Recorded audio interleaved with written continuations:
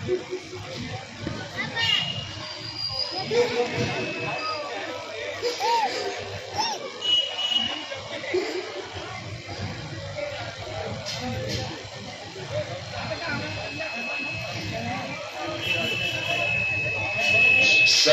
रे सुप्रिया कहीं देख न साधु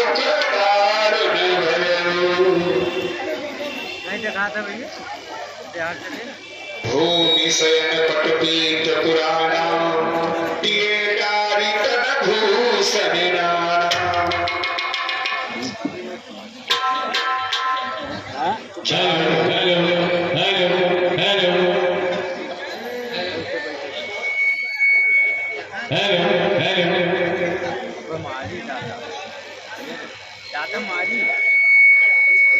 ये मैं क्या देखता हूँ, आज तक इस अवध साम्राज्य और सूर्यवंश में कोई भी महारानी को महल में नहीं आई, और आज हमारी महारानी कैकेयी इस देश में हो रहे वस्त्र सब तार तार लटके मोती जलजार हुए, संगार तार पर तेल पड़ा, कंघी ने दांत निकाल लिए, मिस्सी ने होठ किए काले, भाव टेढ़ी कुटिल कराल हुई, सर की सारी सारी सर की भूचाल समान प्रवाह हुई। महारानी कैकेयी मां ये क्या देखता हूँ, है प्राण प्रिय बदलाव तो इस तंग ढंगा क्यों, और बेवक्त चांद से मुखड़े का हो रहा मलिन रंग ये क्यों, लटके मोती क्यों बिखरे हैं, मन मार मार क्यों मचला है, पर भी मां उलझन है क्यों, काकुल काकुल रंग बदला है। बताओ जिन आंखों ने वो त्रास दिया वो आंखें छुड़वा देंगे हम, और जो चिट्ठा कड़वा बोली हो वो चिट्ठा कटवा लेंगे हम। महारानी उठो और 16 श्रृंगार करो, आओ और 16 श्रृंगार करो। क्या धूल दूसरी हो रानी, क्या चिंता है, क्या इच्छा है, क्या पीड़ा है, मांगो रानी। मैं कौन तुम्हारी होती हूँ, क्यों मुझे सताने आए हो, मन में रखती हो स्वार्थ भाव, प्रत्यक्ष बनाने आए हो। इस जग में कौन हुआ किसका, सब मुंह देखे की चाहत है वही तुम्हारी प्राण प्रिया, जिससे पूरी अपनायत है। तुम कहते हो मांगो रानी, ये जान मांग पर मिलती है, बिन मांगे मोती मिलते हैं, मांगे से भीख न मिलती है। अच्छा जो मांग शीश पर है, देखिए मां क्या देती है, बिखरे बालों की मां सदा हाथों से बंधवा देती है। महारानी कैकेयी तुम ये क्या कह रही हो, तुम खुद अपने मुंह से ही अपनी मांग का अपमान कर रही हो। सम्मान मांग का रानी जी पूछो अपनी पतियों से, और प्रियतम की प्रिया इसी से हो, भर्ती हो इन्हें मोतियों से, ऐसे वैसे से मत मांगो, मांगो उससे जो सच्चा हो, जो सदा मांग का प्रेमी हो, जो सदा बाप का पक्का हो। अच्छा ये महारानी सारी बातें छोड़ो और बतलाओ क्यों उठी हो, तुम तो फूलों सी हंसती थी, इस समय क्या हुआ जो रोती हो, क्यों कोप भवन में लेटी हो, क्यों भारी तुमको पलपल है। अरे महारानी कैकेयी जो तुम्हें प्राण से प्यारा है उसका तो राज तिलक कल है, कल तुम्हारे प्यारे राम का राज तिलक है, और तुम कोप भवन में लेटी हो, ये अच्छा नहीं लगता। चलो अच्छे वस्त्र पहनो और राज्याभिषेक की तैयारी करो। अच्छा तो तुम मेरे स्वामी हो, मेरा मन रखने वाले हो,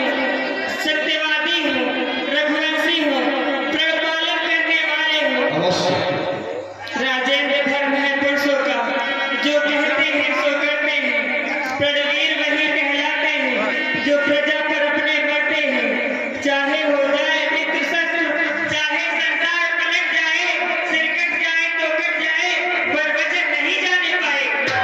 कुछ ध्यान तुम्हें है तुम पर है, मैंने दो वरदान प्रभु, वही मेरे धर्म को दो, कर बनते हो दरबार प्रभु। हाँ महारानी बेटी, हम मानते हैं कि हमारे पास धरोहर पे तुम्हारे को वरदान है, और तुमने कहा था कि जब हमारी इच्छा होगी तब हम वो दोनों वरदान तुमसे मांग लेंगे।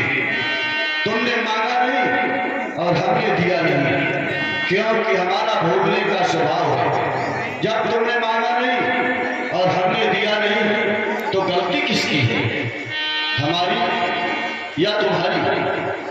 महारानी, दो पर तो कोई चीज नहीं, जितने चाहो उतने ले लो। मैंने सीखी है नहीं नहीं, जब जीने आए तब ले लो।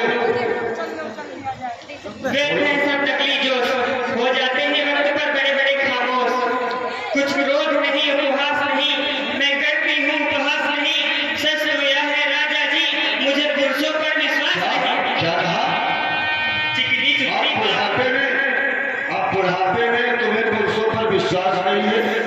महारानी, जिस दिन पति और पत्नी का विश्वास खत्म हो जाता है उसी दिन समझ लो वो घर, वो महल शमशान दिखाई देने लगता है। पति पत्नी में विश्वास नहीं रखना चाहिए, ठीक है? अगर विश्वास नहीं है तो तुम्हें विश्वास कैसे आएगा? चिकनी चुपड़ी बातें कहकर मुझे अगला क्यों ना बहकाओ, सच्चे हो रघुवंशी तो सौगंध राम की खा जाओ। हे महारानी, अगर देवराज चित्राते और अपना सिंहासन मुझे देने के लिए कहते और राम की सौगंध खाने को कहते तो मैं देवराज के सिंहासन को ठोकर मार देता, और तुम मुझे आपकी सौगंध बना रही हो। चलो ठीक है, कोई बात नहीं, मैं तुम्हारे सामने सौगंध खाता हूँ और ऐसी प्रतिज्ञा करता हूँ कि आज तक ऐसी प्रतिज्ञा किसी ने नहीं की होगी। आकाश के तारे चाहे पृथ्वी पर उतर आए और पृथ्वी के जीव चाहे आकाश में भाग जाए, हमारी समुद्र में पहाड़ों पर मगर जाए, लेकिन हम वो छतरी नहीं है जो अपनी पास से गुजर जाए। पर्वत का गवाह अनुचित नहीं होगा और एक छतरी नरेश धर्म से विचलित नहीं होगा। हयात मुझे उस पाक नाम की और खाता हूँ मेरे सामने सौगंध राम की। क्या महाराज, हाँ बताओ। आपने राम की सौगंध खा ली? हाँ अब बताओ क्या करना चाहते मैं हैं? जानती थी महाराज, आप मेरी बातों को काट नहीं सकते। अब नाराज तो नहीं हो? नहीं तो महाराज। आओ और ये आभूषण धारण करो, ये अच्छा नहीं लगता है, पहन लो ये। ये तो महाराज मैं पहन लूंगी, लेकिन वर तो मान लूं। बैठो। हाँ तो बताओ अब क्या चाहते हैं?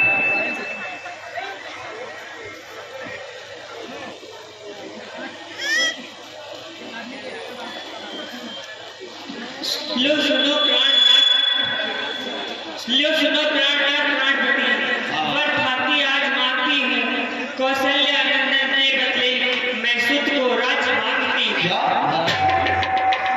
तुम कौशल्या नंदन के बदले भरत को राज्य दिलाना चाहती हो? हाँ महाराज। तो इसमें कोई बड़ी बात नहीं है। देखो महारानी, नामकरण के समय गुरुदेव ने साफ बता दिया था कि विश्व भरण पोषण कर जोई और ताकर नाम भरत सोई।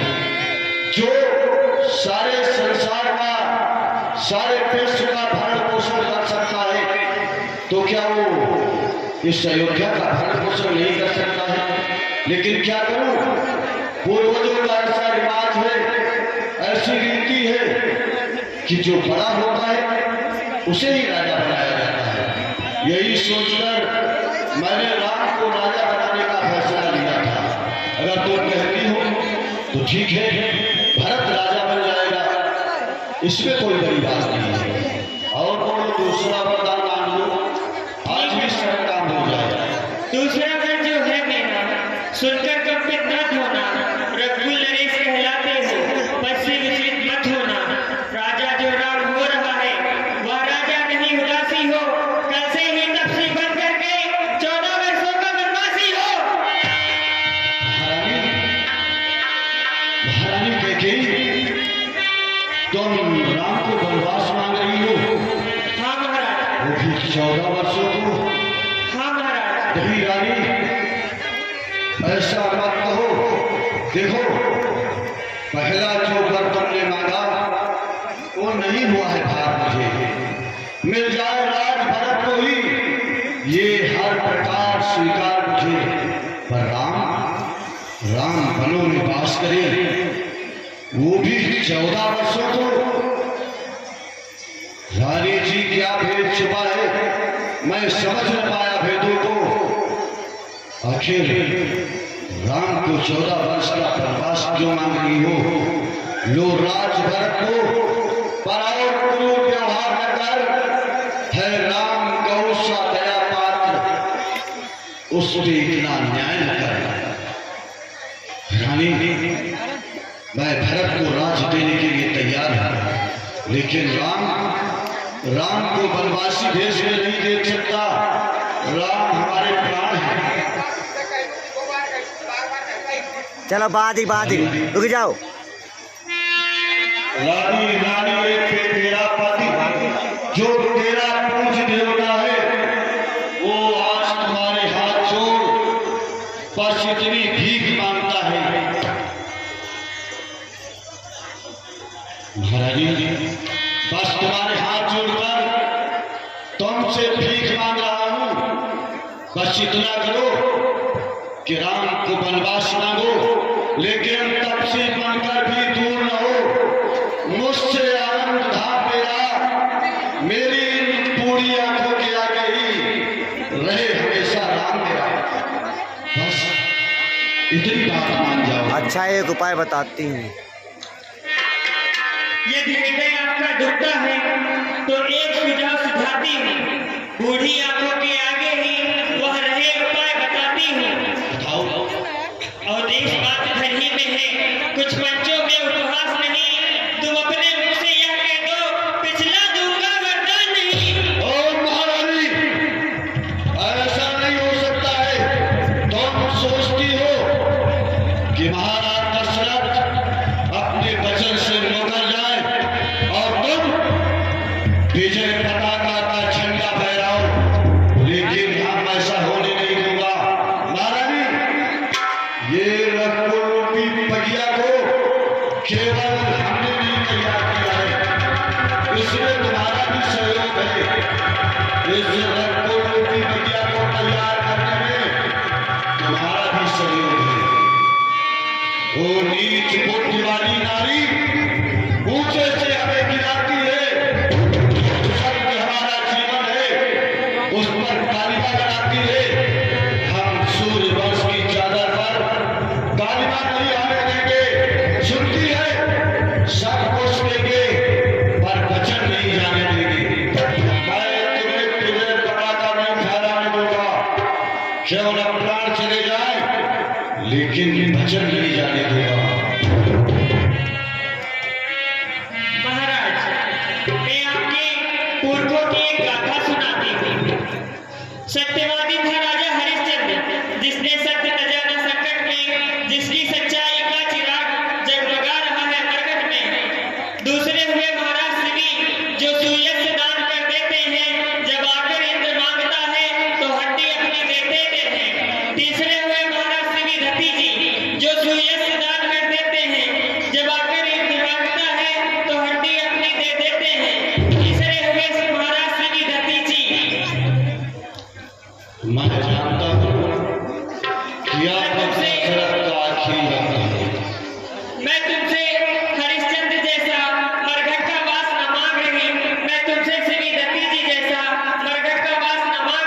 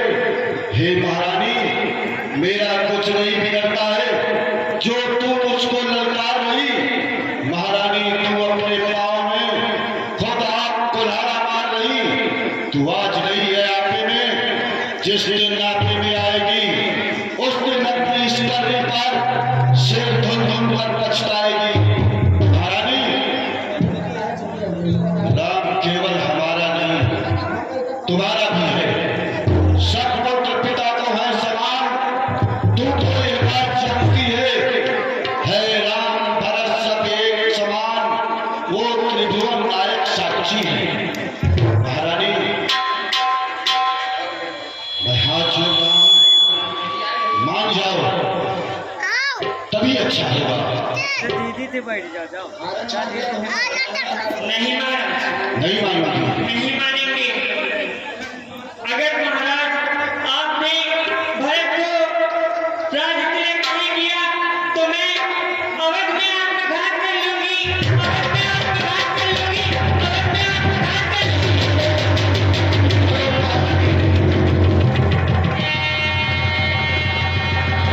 रानी रानी आंचल पसार, पसार आंचल, हाँ आंचल पसार, पसार आंचल।